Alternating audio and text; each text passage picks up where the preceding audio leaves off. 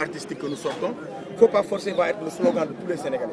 Comme Y'en a marre est le slogan de tous les Sénégalais, Y'en a marre a donné naissance à faut pas forcer, comme cela a été pour le Das Fanana. Tout le monde dit Das Fanana. Maintenant, nous voulons que tout le monde dise faut pas forcer. C'est un faux pas qu'il veut forcer. Et il ne faut pas qu'il force son faux pas.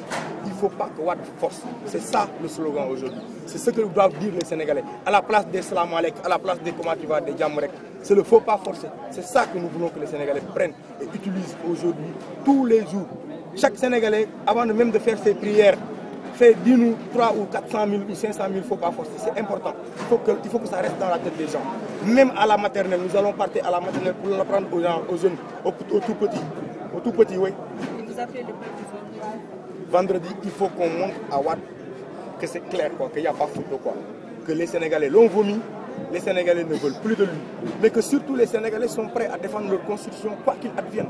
Ils sont en train de fuiter des mots comme quoi que oui, des gens ont menacé le pouvoir pour son rassemblement et autres. Mais déjà, Wade, de sa volonté de venir embraser le pays, c'est de venir vouloir récupérer la dette qui appartient au peuple. Le 23 juin, c'était ça la raison de tous les 23 de chaque mois jusqu'aux élections.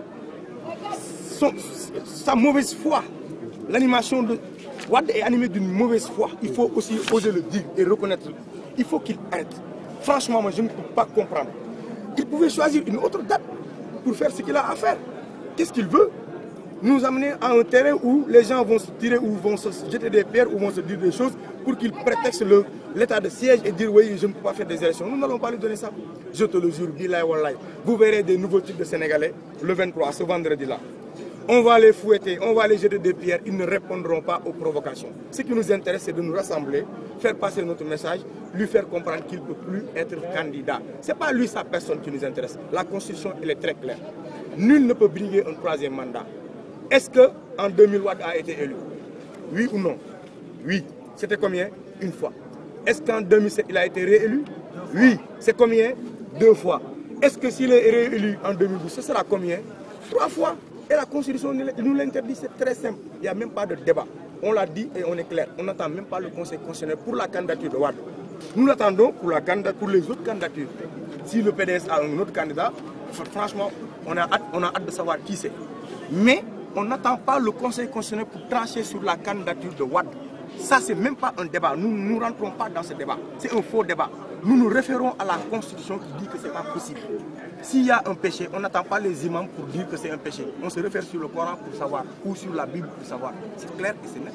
Au cas où le Conseil constitutionnel validerait la candidature de Wade, que ferez-vous? Excusez-moi. Au cas où le Conseil constitutionnel validerait la candidature de Wade, que ferez-vous? C'est que nous, on n'attend pas le Conseil constitutionnel, mon frère. On est clair là-dessus. On n'attend pas le Conseil constitutionnel. On se réfère sur notre Constitution.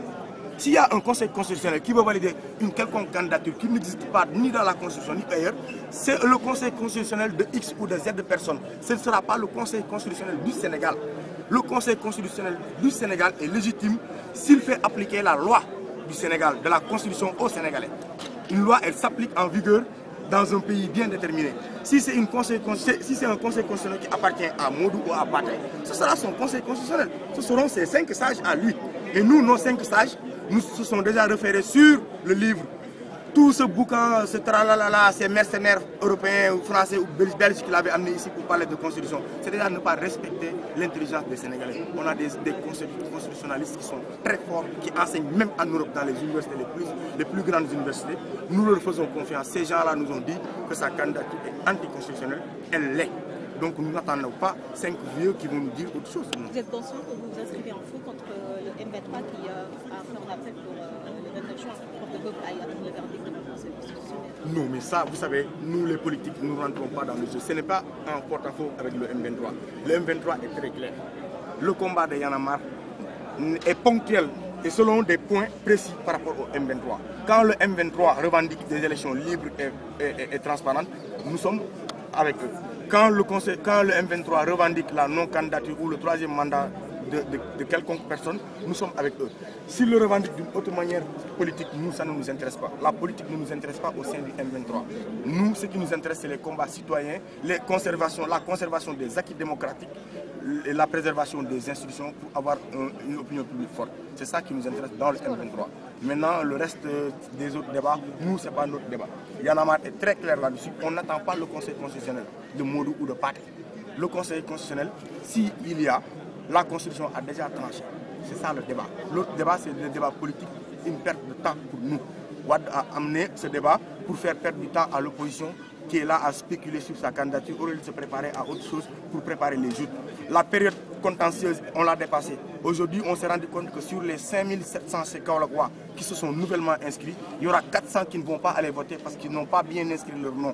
Ça, c'est ça dont les politiques doivent s'attarder. Parce que quand même, ce sont les gens qui vont voter, mais pas sur un débat qui n'existe pas. Une candidature de quelqu'un qui n'est pas anticonstitutionnel. C'est une perte de temps. Juste pour ceux qui n'étaient pas là au début, il ne faut pas forcer, c'est quoi? Faut pas forcer, c'est le single qui va lancer la compile qu'on va sortir, qui va s'appeler campagne électorale. Mais pourquoi il ne faut pas forcer? Faut pas forcer la candidature de Wade. Elle est anticonstitutionnelle. Nous ne voulons pas qu'il force cette candidature. Tout le peuple va utiliser ce slogan pour faire comprendre à Wade qu'il ne faut pas forcer sa candidature. Ce n'est pas possible. Merci. Il ne faut pas forcer moi. Bul ko forcer. Il a eu